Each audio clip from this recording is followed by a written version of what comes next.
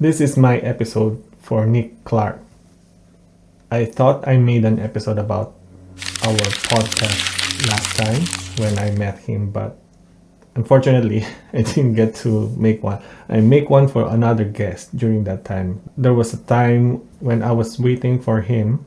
I was able to create a video, like a talking head video like this, but I just remembered it's not about the guest because I haven't done the podcast yet. That's why I talk about a different guest, a different musician, should I say, talk about their story. Now, I haven't done any episode for Nick Clark, so I'm doing it now. That Nick Clark episode is now up and running, and I'm looking at this camera, not this camera, and I'm looking at this screen. Anyway, the purpose of this is for me to just go back in time, kind of like a time machine, and revisit what are the most memorable experiences that I've had when I did a podcast with Nick Clark. So basically, Nick is a neurodivergent person, and he's got ADHD, and that ADHD didn't stop him from being an artist and musician. And by the way, he is also borderline autistic, as he mentioned in that episode. The beauty of that episode is that get a good grasp of how it is like to live in a world where you are distracted in most of the time. And he mentioned a lot of different strategies that he's been doing ever since he was diagnosed. One of which is medication, which is he kind of like not recommending, or he doesn't recommend taking it like every day. I think he did mention about Ritalin or something. Ritalin or Ritalin? Woo. Ritalin. Now, he did mention about it, and he is only taking one every time he will be doing boring tasks. So which kind of makes sense. If you are an ADHD person, basically you're going to be looking for stuff that you wanted to do that are not boring for you.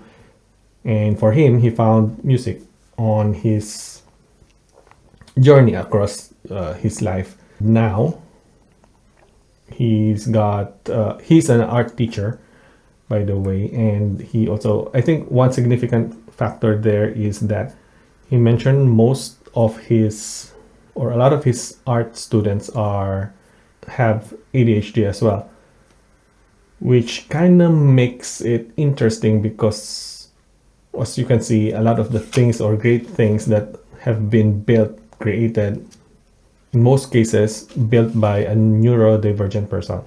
That is obviously not a diagnosis or not in any way. Another thing that hits me during that interview is when we were talking about his influences, and one of which is Kiss, and Kiss the band. Who would not want to be influenced by Ace Frehley, right?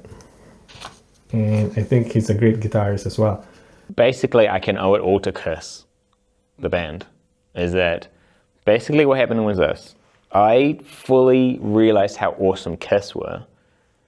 I should have worn my Kiss t-shirt. They have the best merch as well. They have the best merch. A lot of people hate them because of their success and their ability to do,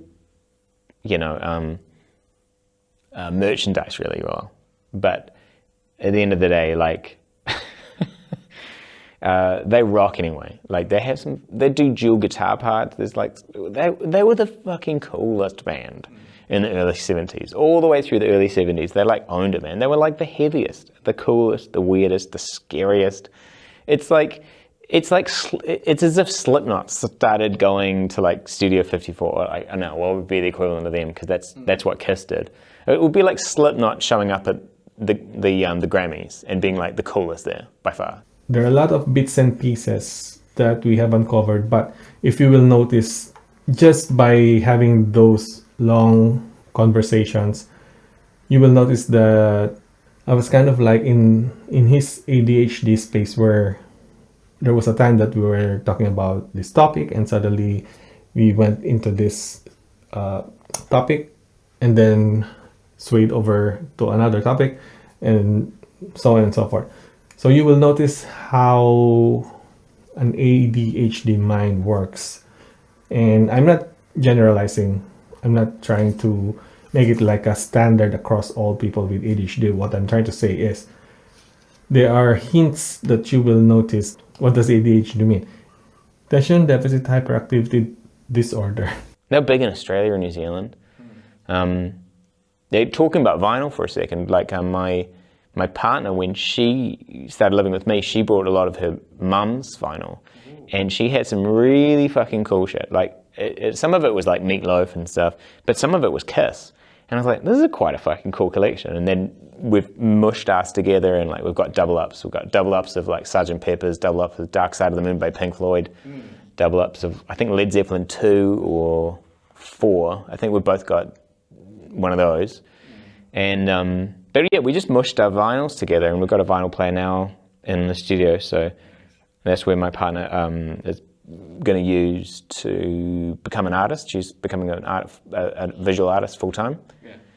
And I'm just going to support her with that dream while I do music and teach. Yeah. What influenced you? You mean Kiss influenced you to start a band? Is it? Oh yeah. So basically, it's Ace Frehley's fault. I got into Kiss, part of a midlife crisis. Realized how fucking cool Ace Frehley was. So fucking angry I'd never got into Kiss. Suddenly got into them hard.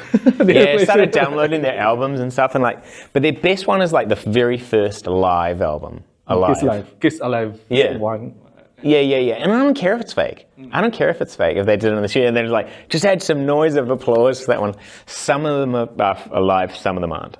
Okay, that's the official thing. But that fucking album rocks. That is like the best sensation of being at a Kiss album concert. Sorry, Kiss concert back in the day would have been such a spectacle, and they were so dangerous. They were seen as quite dangerous people.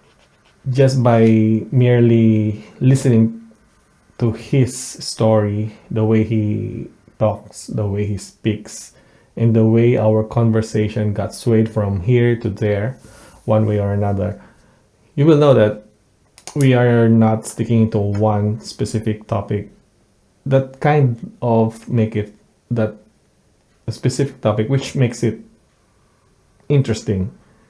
I'm looking at the time, which makes it interesting. So I'm so happy that that podcast happened. At least I've met someone who's a neurodivergent person, and it's good to have a musician guest who is neurodivergent on that podcast. But I think next time I'll try to improve this video, because I got caught by my timeline. I wanted to produce more and more podcasts, and I'm focusing more on the podcast rather than splitting up rather than also creating content like this. Anyway, those are the things that I think made sense for me. In a way, as being an art teacher, he didn't let his ADHD get him into a place where he won't be able to succeed in his journey. And obviously he met friends and bandmates